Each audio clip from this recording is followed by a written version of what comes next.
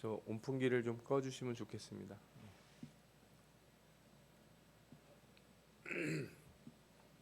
어제 우리나라가 요르단이라는 나라하고 축구 경기를 가졌습니다. 뭐 잘했는지 어쨌는지는 저도 잘 모르겠는데 그 나라가 어딨냐 그랬더니 그 이스라엘 동쪽에 있는 나라입니다. 요르단이라고 하는 나라가. 그리고 그 원래 그 지역이 성경에는 암몬과 모압 그리고 에돔이라고 하는 이스라엘의 어떻게 보면 친척 이렇게 친척이라고 부를 수 있는 그 민족들이 사는 지역이에요. 물론 현재 그 요르단이 성경에 나오는 그런 민족으로 구성됐다 이런 뜻은 아니지만 하여튼 그 지역이 그런 민족들이 있는 곳이라는 거죠. 그 민족들을 보면은 이제 암몬, 모압, 에돔인데 이제 암몬과 모압은 아브라함과 아주 가까운 사이에 친척을 통해서 만들어진 민족이고 에돔은 이제 야곱의 형 에서의 후손이다 이렇게 말할 수가 있어요. 그런데 이 민족들이 이스라엘하고 친한 건 아니에요. 상당히 적대적이다 뭐 이렇게까지도 평가할 수가 있어요. 특히 암몬과 모압이 그러한데 그들은 이스라엘 백성들이 이제 애굽에서 나와서 가나안으로 들어갈 때 길을 열어주지도 않고 또 발람이라고 하는 악한 선지자를 통해서 하나님 백성들을 저주하려고 했어요. 그리고 또 음란한 죄를 범하도록 사람들을 이렇게 끌어들여서 그 일로 인해서 이스라엘 백성들이 큰 벌을 받기도 합니다. 하나님이 그래서 이 암몬 사람들, 모압 사람들에 대해서 뭐라고 그랬냐면 신명기 23장 3절에 암몬 사람과 모압 사람은 여호와의 총회에 들어오지 못하리니 이런 말씀을 하셨어요. 영원히 여호와의 총회에 들어오지 못한다 그랬어요. 이게 무슨 뜻이냐면 이스라엘 민족 안으로 들어올 수 없는 사람들이다 이렇게 규정을 한 거예요. 반대로 에돔 족속은 그렇진 않아요. 그들은 이스라엘 민족 안으로 들어올 수 있는 사람들이다 이렇게 정의가 돼 있어요. 창세기 19장 보면은 이 암몬과 모압 족속의 유래가 나오는데 이 유래가 그렇게 즐겁고 행복한 그런 이야기에서 시작하지 않아요. 그 배경에는 소돔과 고모라라고 하는 최악의 도시가 있습니다. 우리가 지금도 이렇게 나쁜 도시, 죄악의 도시를 표현할 때 소돔과 고모라라는 말을 일반인들도 쓸 정도예요. 그리고 그 영어 단어로 이 소돔이라든지 이런 단어들은 아주 나쁜 그 음란한 행위들을 표현하는 그런 단어들이에요. 게다가 이 도시에서 배경을 하고 있는 것도 참 그런데 이 두 민족이 사실은 근친상간을 통해서 만들어진 민족들이에요. 그러니까 좀 말을 하기엔 되게 이상하죠. 우리나라 같이 동방예의지국에서 이런 얘기들을 하기가 참 이상합니다. 어떤 면에서는 성경이 왜 이런 얘기를 굳이 성경에 써놨을까 이렇게 생각이 들 정도로 솔직한 얘기들을 성경에 기록해 놨어요. 그런데 이런 배경에도 불구하고 그 안에는 아브라함과 같이 고향을 떠나서 약속의 땅으로 건너온 한 사람이 있어요. 바로 롯이라고 하는 인물이죠. 이 롯은 아브라함과 함께 고향을 떠나서 약속을 가지고 떠나온 사람이기도 하고 또 그가 어려움을 겪을 때 아브라함이 그를 구해주기도 하고 또 마지막에는 하나님이 그를 소돔과 고모라에서 건지시기도 해요. 그러니까 어떤 면에서는 좀 신앙인이 아닌가, 의로운 사람이 아닌가 이렇게 생각이 드는 거죠. 그런데 이런 민족이 이 롯이라고 하는 사람을 통해서 나왔다 그러니까 이게 앞뒤가 잘 연결이 안 된다 하는 생각이 들기도 해요. 우리가 지난주에 아브라함에 대해서 말씀을 들었는데 오늘은 이 롯을 통해서 성경에서 우리에게 말씀하고자 하는 것이 무엇인지를 함께 나눠보려고 합니다. 롯이라고 하는 사람은 이제 아브라함의 동생 하란의 아들입니다. 그런데 이 아브라함의 동생 하란이 일찍 죽어요. 자기 아버지보다도 먼저 죽어요. 그러니까 아브라함에게 롯은 조카이기도 하지만 어떤 면에서 보면 이제 자기 아들 같았어요. 왜냐? 아브라함이 75세에 고향을 떠나오는데 자식이 없었거든요. 자식이 없는데 자기 동생이 죽었는데 그 아들이 남아 있어서 그 아들과 같이 왔으니까 조카밖에 없으니까 거의 뭐 아버지와 아들 같은 사이로 고향을 떠나왔다 이렇게 할 수 있어요. 그런데 이렇다고 해서 뭐 롯이 아브라함이 가자고 해서 그냥 따라온 사람은 아니에요. 왜냐하면 이 사람도 자발적인 선택을 한 거죠. 우리가 지난주에도 말씀을 들었지만 하나님이 이 아브라함을 부르시기 이전부터 이 데라를 통해서 그 가문을 하나님이 불러주셨어요. 그래서 그 약속은 그 가문에 있는 모든 사람들에게 있었다 이렇게도 얘기할 수 있거든요. 그래서 이 롯도 아브라함처럼 하나님의 약속을 믿고 아브라함과 함께 동행했다 이렇게 이야기할 수 있을 거예요. 그러니까 롯은 아브라함처럼 약속을 보고 가나안 땅으로 떠난 사람. 그래서 자신의 고향을 떠나서 사실은 아브라함을 보고만 떠난 사람이 아니라 하나님을 보고 떠난 사람이다. 이렇게 얘기할 수 있어요. 그래서 롯이 처음에 와서 아브라함과 같이 생활을 했습니다. 아브라함이 가뭄 때문에 애굽으로 내려갈 때도 함께 따라 내려갔어요. 그리고 애굽에서 나올 때도 같이 내려왔어요. 그렇게 이제 여러 날 같이 있었는데 중간에 아브라함과 헤어지는 일이 생겨요. 뭘로 헤어졌을까? 여러분들은 사람들이 이렇게 친하게 지내다 헤어질 때는 무슨 일로 주로 헤어질 것 같습니까? 성경에서 그 일이 재산이 늘어서 헤어졌다 이렇게 얘기해요. 재산이 늘어서. 하여튼 돈이 많아지면은 분란이 좀 생기나 봐요. 창세기 13장 5절과 7절을 보면 아브라함의 일행 롯도 양과 소와 장막이 있으므로 그 땅에 그들이 동거하기에 넉넉하지 못하였으니 그래요. 어떤 사람들은 나도 돈이 많아서 같이 못 살 정도로 집이 좁았으면 좋겠다 이렇게 생각할 수도 있겠지만 사실은 그런 건 아니에요. 내가 더 많이 갖고자 하고 더 많이 소유하려고 애쓰면 애쓸수록 이렇게 다른 사람들하고의 거리가 이렇게 줄어들어요. 이 세상은 원래 딱 한정돼 있지 않습니까? 누군가 많이 가져가면 누군가는 적게 가져갈 수밖에 없어요. 그러니까 서로 같이 동거할 수 없었다 그러는 거죠. 그래서 결국 어떤 일이 생기냐면 아브라함의 가축의 목자와 롯의 가축의 목자가 서로 다투고 하는 말씀이 나와요. 아마 당시 이제 목축을 했는데 양떼 풀을 뜯기고 물을 먹이는데 누가 먼저 좋은 땅에 가서 풀을 먹이느냐, 누가 먼저 물을 먹이느냐. 가나안 땅에 물이 부족하고 풀이 부족한 곳이니까 다툼이 생긴 것 같아요. 약속을 따라온 롯이 그 약속만 바라보지 않고 자신의 재산을 더 안전하게 늘리고 좀 더 편안한 삶을 사는 방식에 대해서 고민을 하는 시점이 드디어 생기게 됩니다. 그러면서 아브라함과 헤어질 것인지 아니면 끝까지 하나님 약속을 믿고 아브라함과 같이 있을 것인지를 결정해야 되는 시점이 나와요. 그런데 성경을 보면 롯은 이미 헤어질 결심을 한 것 같아요. 그래서 아브라함이 자신과 같이 있자 이런 말보다는 네가 오른쪽으로 가면 내가 왼쪽으로 가고 네가 왼쪽으로 가면 내가 오른쪽으로 가겠다. 이렇게 선택권을 이렇게 줘요. 그러면서 아브라함이 뭐라고 그러냐면 아브라함이 롯에게 이르되 우리는 한 친족이라 이런 표현을 써요. 창세기 13장 8절에 보면 친족이라는 표현이 단순히 친척이란 뜻이 아니에요. 형제를 표현할 때도 이 단어를 쓰는데 너하고 내가 지금 이럴 사이는 아니다. 싸울 사이는 아니다. 얘기를 해요. 하지만 너희 목자 내 목자가 서로 다투게 하지 않았으면 좋겠다.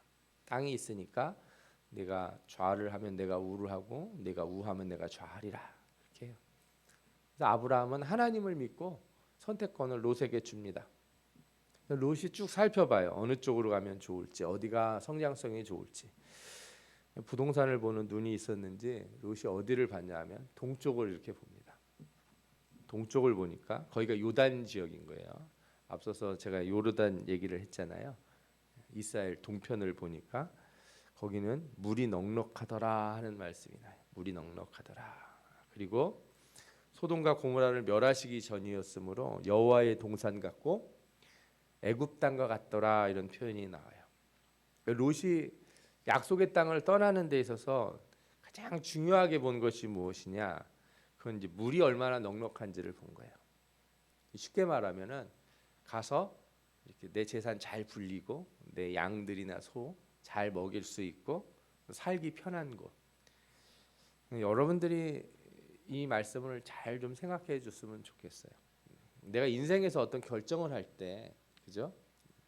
우리가 먹고 사는 문제도 아주 중요하고 그렇지만 우리의 모든 삶의 결정의 가장 근간은 무엇이 되어야 되냐? 그러면 하나님을 믿는 신앙의 근간을 둬야 된다. 저는 이런 말씀을 드리고 싶어요. 내가 예수 믿는 일에 있어서 이 일이 얼마나 좋은가? 내가 예수를 믿는 일에 있어서 내 신앙을 지키는 데 있어서 얼마나 좋은가? 그렇게 생각을 안 하잖아요. 그러면은 어느 순간인가 내가 어떤 지역에서 어떤 사업 분야에서 일을 잘 하게 되는 순간, 내가 자리를 잡게 되는 순간 곤란한 일들이 생기기 시작해요. 왜냐하면은 세상은 끊임없이 우리한테 요구를 해요. 너 하나님의 백성으로 살 거냐, 아니면 우리와 같이 살 거냐, 이걸 요구를 한다고요. 처음에 내가 별게 없을 때, 내가 그렇게 부자도 아니고, 내가 그렇게 사업이 크지도 않고, 내가 그렇게 뭐 대단하게 일을 하지 않을 때는 아무도 나한테 그런 요구를 하지 않는데, 내 일이 점점 잘 되고, 내가 점점 큰 것을 만지게 되고, 많은 사람들을 대하게 되면은 그때부터는 이제 무언의 압박이 오기 시작해요. 선택을 하라는 거죠. 너는 하나님의 백성으로 약속을 믿고 살 것인지, 아니면 너 지금까지 벌어놓은 거 잘 지키고, 그죠? 사업 잘 되고 이런 방식으로 살 건지 묻게 된다는 거예요. 가나안 땅은 제가 이제 여러 번 말씀드리지만 여기가 비가 여름에는 안 오고 겨울에만 와요. 한 10월부터 한 3, 4월까지만 비가 오고 여름에는 건조해요. 그리고 이 땅이 우리나라 땅처럼 이렇게 물을 머금었다가, 우리나라는 겨울에 눈이 많이 내리잖아요. 그러면 이 물이 봄 되면은 계속 흘러요. 그래서 우리가 비가 안 와도 개울물이 계속 흐를 때가 있지 않습니까? 근데 가나안은 그렇지가 않아요. 그냥 비가 오면 땅 속으로 쑥쑥 다 들어가 버려요. 예. 그래서 농사를 지으려면 하나님이 비를 내려줘야 되니까 어쩔 수 없는 일종의 천수답 같은 땅인 거예요, 여기가. 우리가 신명기 11장에 나오지 않습니까? 너희가 들어가서 차지하려고 하는 땅은 애굽 땅과 같지 아니하니 거기는 파종한 후에 발로 물대기를 채소밭에 댐같이 하였거니와 너희가 건너가서 차지할 땅은 산과 골짜기가 있어서 하늘에서 내리는 비를 흡수하는 땅이요 하는 말씀이 나와요.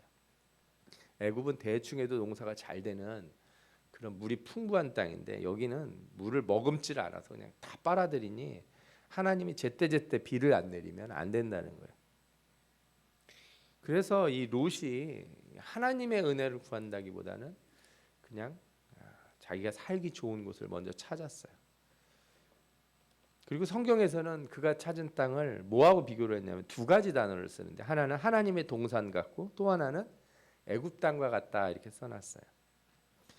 이게 겉으로 보기에는 뭐 다 좋은 땅이다 하는 표현도 되겠지만 영적으로 보면 이 롯이 간 땅이 이렇게 숨겨져 있는 땅이라는 거예요. 겉보기에는 하나님 동산 같지만 내용적으로는 애굽의 땅이에요. 애굽의 땅은 어떤 땅이에요? 땅은 좋을지 모르지만 그 땅의 문화가, 그 땅의 삶이 하나님이 보시기에 좋은 곳이 아니라는 뜻이죠. 여러분들이 항상 그걸 보셔야 돼요.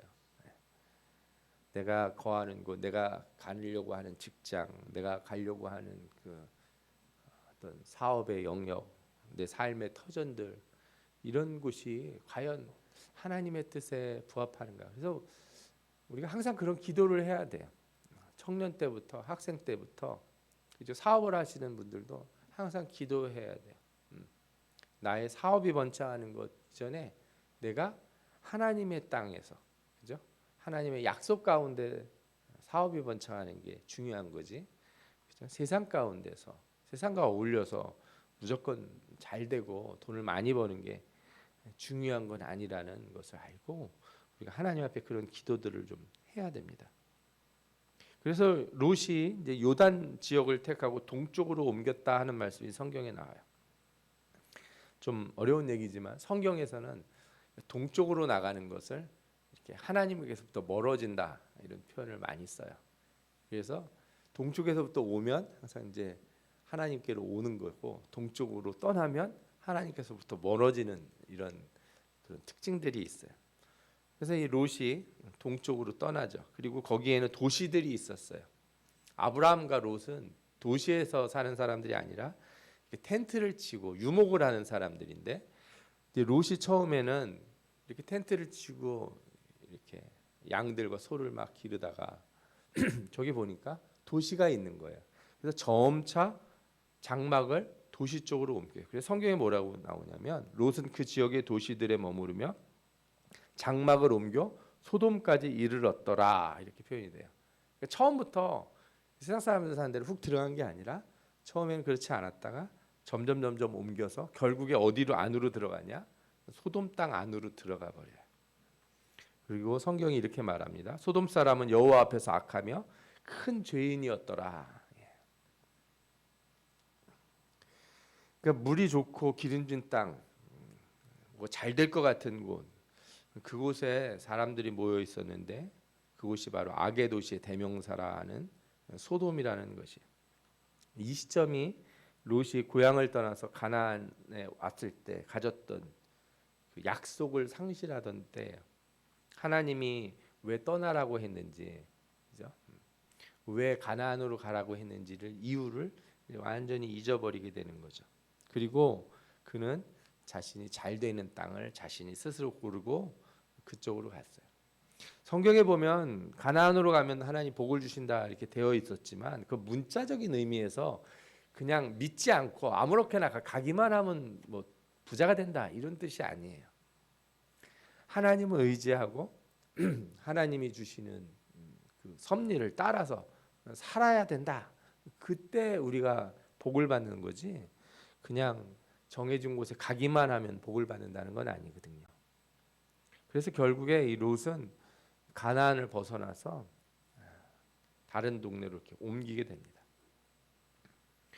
하나님이 이 시점에 이제 소돔에 거하는 롯에게 한번 자극을 줘요. 너 거기 있으면 안 될 것 같다 하는 자극을 주는데 어떤 일이 생기냐면 그 당시에 주변에 여러 이제 부족들이 있었어요. 성경에 보면 왕이라고 나옵니다. 시날 왕, 뭐 엘라살 왕, 아리오카, 엘람 왕, 뭐 이런 왕들의 이름들이 막 나오는데 여러분들이 생각하는 왕하고는 조금 다를 거예요. 왜냐하면요, 우리가 생각하는 왕 중에 성경에 나오는 왕 중에 다윗 왕이 있잖아요. 다윗 왕도 아브라함 시대보다 1000년 뒤에 나오는 왕이에요. 그리고 그때 왕도 막 우리가 생각하는 그 성 같은 거 짓고 왕궁에서 사는데 왕궁이 그렇게 대단한 왕궁이 아니에요. 네. 그리고 우리가 보통 상상하는 왕들은 다 중세 시대에 저 유럽에 있는 무슨 성 같은 데 사는 왕 이런 왕을 생각하잖아요. 그러니까 아브라함 시대 때 왕은 일종의 부족장 같다고 생각하시면 돼요. 어쨌든 뭐 이 사람들이 전쟁이 났어요. 그래가지고 소돔을 쳐들어와서 소돔에 있는 많은 사람들을 포로로 잡아가고 재산도 뺏어가고 막 이랬어요. 그때 롯이 잡혀가게 됩니다.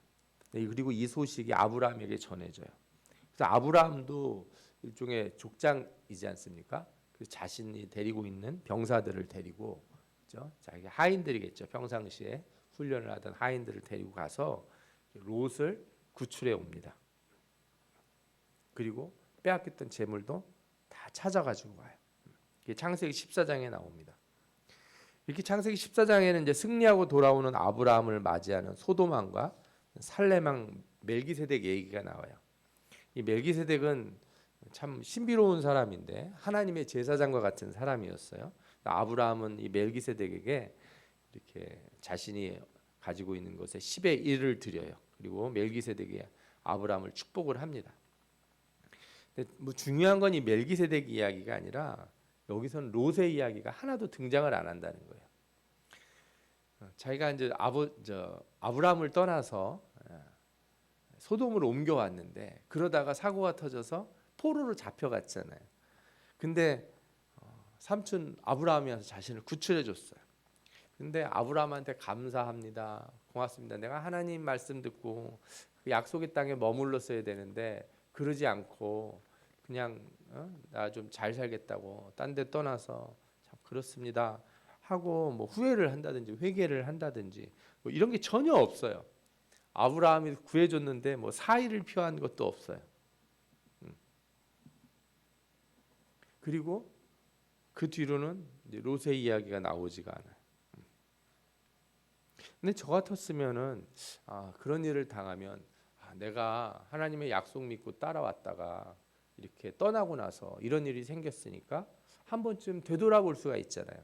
여러분들 이거 되게 중요한 겁니다. 우리 인생에서 좀 어려운 일이 생기면요, 항상 신자는 뭘 해야 돼요? 자기를 되돌아봐야 돼요. 그 기독교 신앙의 가장 핵심이 거기 있어요. 우리가 가장 중요하게 생각하는 것 중에 하나가 기도잖아요. 기도 안에 핵심이 뭐냐? 회개거든요. 회개가 뭐예요? 나를 되돌아보는 거예요. 하나님 앞에서 나를 되돌아보는 거예요. 그래서 우리 신앙은 끊임없이 매일매일 우리 자신을 되돌아보라고 요구를 합니다. 우리 자신을 그냥 다른 세상 사람들처럼 반성하는 정도가 아니라 하나님 앞에서 되돌아보고 나의 돌이킬 방향들을 다시 정하고 하나님의 도움을 구하는 것, 이게 기도거든요. 근데 롯이 전혀 그런 게 없었다는 게 저는 참 아쉽다 하는 생각이 들어요.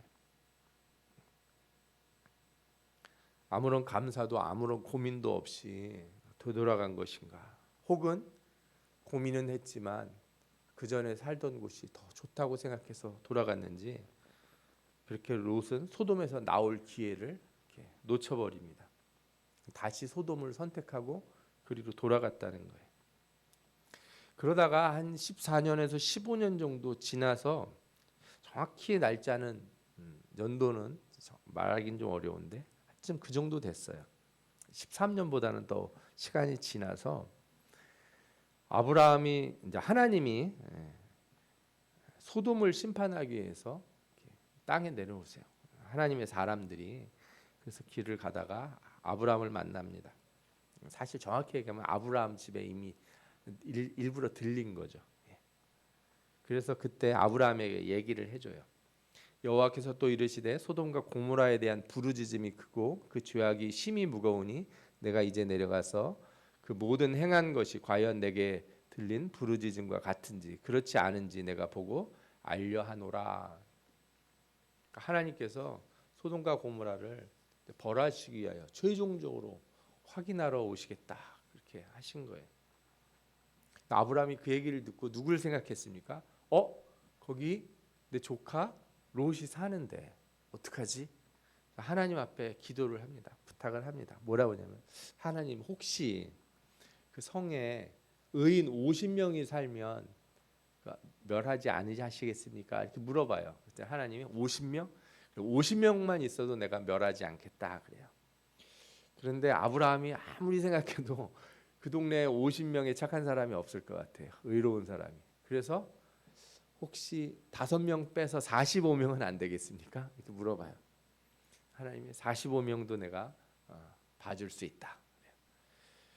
한 번만 더 여쭤보겠습니다. 그래서 40명 했다가 그것도 좀 어려울 것 같아서 30명 했다가 20명 했다가 정말 마지막으로 제가 자꾸 물어봐서 죄송합니다. 한 번만 더 어떻게 안 될까요? 그래서 10명 있으면 혹시 어떻게 하시겠습니까? 그랬더니 하나님이 뭐라 그래요?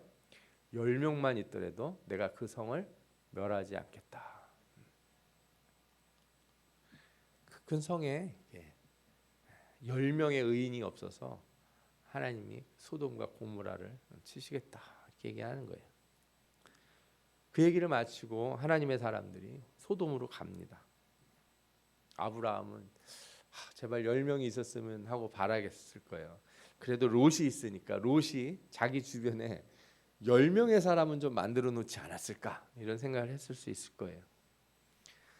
그렇게 저녁 무렵에 하나님의 사람들이 소돔 성 앞으로 가는데 롯이 성문 앞에 앉아 있다가 천사들을 알아봅니다. 하나님의 사람들을 알아보고 자기 집으로 영접을 해요. 이걸 보면 롯이 아직은 눈이 좀 열린 것 같아요. 악한 세상에 살지만 천사를 알아볼 정도의 눈이 있는 거죠. 자신의 집으로 이렇게 모셔요. 그런데 이게 롯이 완전한 의인이란 의미는 아니에요. 그가 이 소돔에 살면서 얼마나 망가졌는지가 성경에 잘 나와요. 그 두 천사가 롯의 집에 들어갔는데 소돔성에서 난리가 납니다. 그리고 사람들이 몰려와서 롯의 집을 막 두들기면서 그 두 사람을 내놓으라고 그래요. 이게 무슨 다른 성에서 온 스파이다 이래서 얘네들을 신문해야 된다 그런 게 아니에요. 성경에 뭐라고 나오냐면 그 성 사람 곧 소돔 백성이 노소를 막론하고 원근에서 다 모여 그 집을 에워싸고 롯을 부르고 그에게 이르되 오늘 밤에 내게 온 사람들이 어디 있느냐 이끌어내라 우리가 그들을 상관하리라. 상관하겠다는 말이 무슨 말이냐면요. 쉽게 말해서 성적인 관계를 맺겠다는 뜻이에요. 남자들 끌어내서 성폭행하겠다 이런 뜻입니다. 끔찍하죠. 이 악한 도시가 바로 소돔이에요. 동성애가 만연하고 성적으로 아주 갈 때까지 간 도시라고 말할 수 있어요. 그러니까 자기들끼리 노는 거는 재미가 하나도 없는 거예요. 새로운 사람이 봤으니까 저 새로운 사람을 데리고서 우리가 그런 짓을 해야겠다 그러는 거죠. 그래서 롯이 뭐라고 그러냐면 바깥에 나가서 이제 문을 닫고서 안 된다. 이 사람들을 내어줄 수 없다. 그러면서 좀 당황스러운 말을 합니다. 자기에게 남자를 모르는 딸이 둘이 있다는 거예요. 아직 결혼 안 한 딸이 둘이 있는데 그 두 딸을 내어주겠다 그래요. 그러니까 이 사람들 건들지 말아라. 그런데 이 사람들이 우린 관심 없다. 여자애는 저 남자들을 다 내놔라. 이때 천사가 롯을 집안에 들어오게 하고 그 바깥에 있는 사람들의 눈을 어둡게 해서 이 사람들이 문을 못 찾게 만듭니다. 그리고 롯에게 얘기해요. 빨리 너와 너의 가족들, 네가 데려갈 수 있는 사람들을 이렇게 불러서 이 성을 떠나라 이렇게 얘기를 해줘요.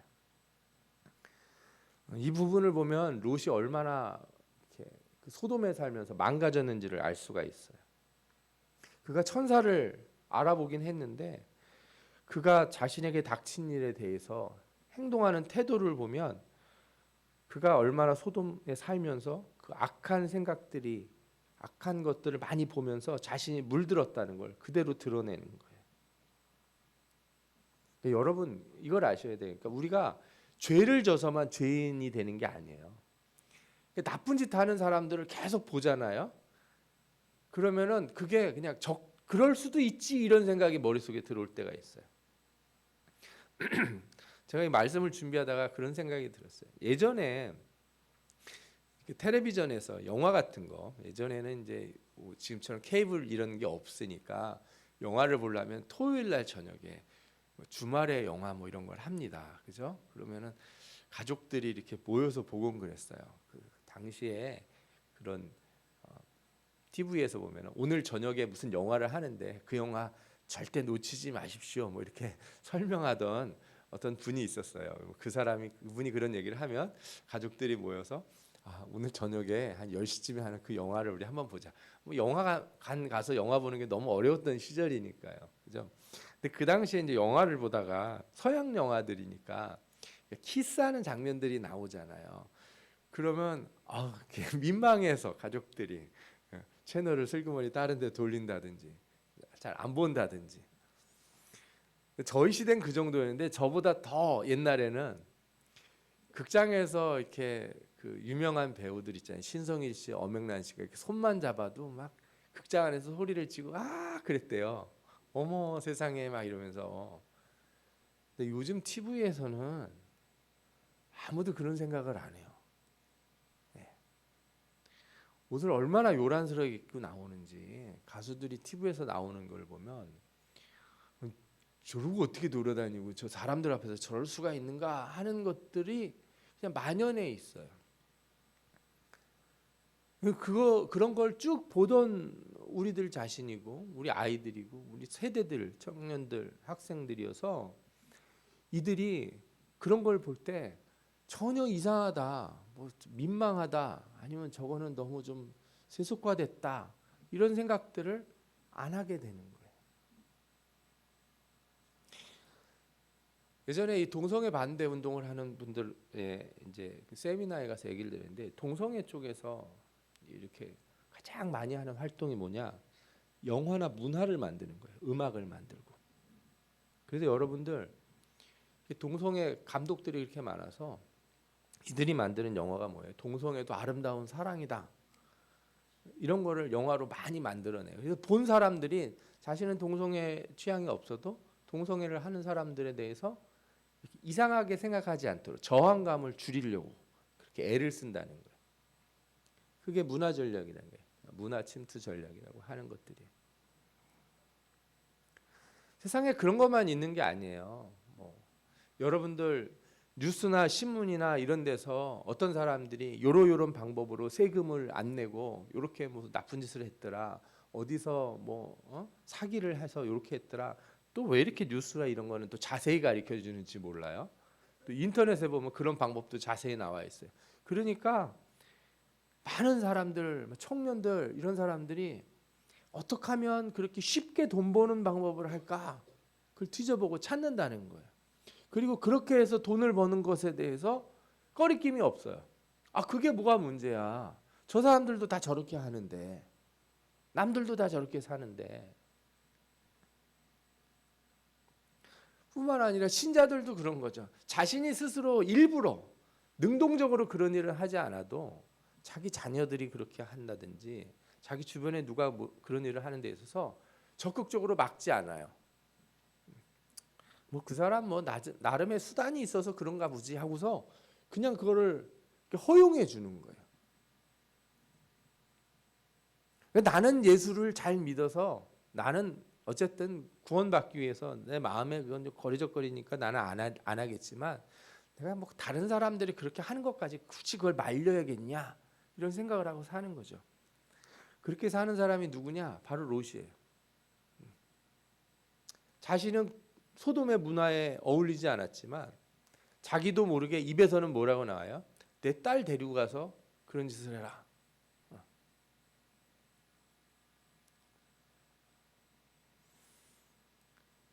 소돔에 오래 머무르면서 롯에게 생긴 변화예요, 이게. 천사들은 안 된다. 이제는 여기서 더 이상 있을 수 없으니까 롯 보고 빨리 나가라 그래요. 내게 속한 자가 또 있느냐? 내 사위나 자녀나 성중에 내게 속한 자들은 다 성 밖으로 이끌어내라. 하나님께서 여기를 멸하시려고 우리를 보내셨다. 이렇게 얘기를 해줘요. 그래서 롯이 어떻게 하냐면 자신의 딸들과 결혼할 사위들에게 이 경고를 전하고 같이 나가자 그래요. 이것도 정말 이상해요. 방금 전까지 딸을 갖다 그렇게 하려고 해놓고서 사위들하고 같이 도망을 가려고 하다니요. 그런데 사위들이 듣질 않죠. 뭔 이상한 소리입니까? 절대 듣질 않으려고 그래요. 그러면 롯이 가족들만 데리고 빨리 나가야 되는데 성경에 뭐라고 나오냐면 창세기 19장 16절이에요. 롯이 지체함에, 롯이 이렇게 머뭇머뭇거리고 빨리 성을 안 나간다는 거예요. 그래서 그 사람들이 누굽니까? 하나님의 사람들, 천사들이 롯의 손과 그 아내의 손과 두 딸의 손을 잡아 인도하여 성 밖에 두니 여호와께서 그에게 자비를 더하심이었더라. 그러니까 롯이 성 밖으로 나간 게 롯이 이제 아이고 큰일 났구나 해서 나간 게 아니에요. 롯은 계속 머뭇거리고 있었어요. 그 천사들이 어떻게 해요? 도저히 안 되겠으니까 손을 잡고, 그죠? 롯하고 롯의 아내하고 딸 둘을 손을 강제로 잡고서 천사들이 바깥으로 다 데리고 나간 거예요. 가만히 있었으면 어떻게 됐겠어요? 죽는 거죠. 롯이 의로워서 구원을 받았다? 성경이 그렇게 말하지 않아요. 뭐라고 나오냐면 여호와께서 그에게 자비를 더하심이었더라. 이거 약속을 따라서 이 땅에 왔는데 여기서 이렇게 멸하는 것이 하나님 보시기에 안타까워서 자비를 더하는 거예요. 롯이 이렇게 천사의 손에 강제로 소돔에서 빠져나오는데도 여전히 갈팡질팡해요. 하나님이 뭐라고 그러냐면 저 산으로 올라가라, 높은 산으로 그랬더니 뭐라고 그러냐면 아니 저기 산 말고요. 저기 가까운 도시로 가면 안 되겠습니까? 이렇게 얘기를 해요. 그러니까 장막에 오랫동안 거주하던 이 롯이 완전히 생활 습관이 바뀌어서 이 소돔과 같은 도시에 살고 싶은 거예요. 이게 그냥 단순히 여러분들 뭐 산이냐 이런 데를 가라는 의미가 아니에요. 이 사람의 마음에 뭐가 있다는 거예요? 소돔에서의 삶의 환경, 거기에 대한 미련이 있는 거예요. 그런데 하나님께서 급하니까 그래 그나마 거기라도 가라. 그래서 소알이라고 하는 작은 도시로 가는 걸 허용을 해줘요.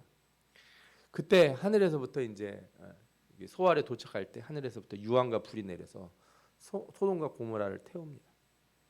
난리가 납니다. 그리고 성경에 그 유명한 얘기가 나오죠. 롯의 처가 뒤를 돌아보다 뭐가 돼요? 소금 기둥이 되었다. 사람들이 이 소돔과 고모라가 있는 도시가 어디냐 그랬더니 지금의 이스라엘 보면 사해라고 하는 바다가 있어요. 해발 고도가 상당히 낮아서 물이 들어오면 나가질 않습니다. 바다보다 더 낮아요. 사람들이 이렇게 수영을 하면 저 같은 사람도 떠요. 제가 그 잠수함이거든요. 물에만 들어가면 이렇게 가라앉는. 그런데 저 같은 사람도 가라앉을 수가 없어요. 너무 짜서.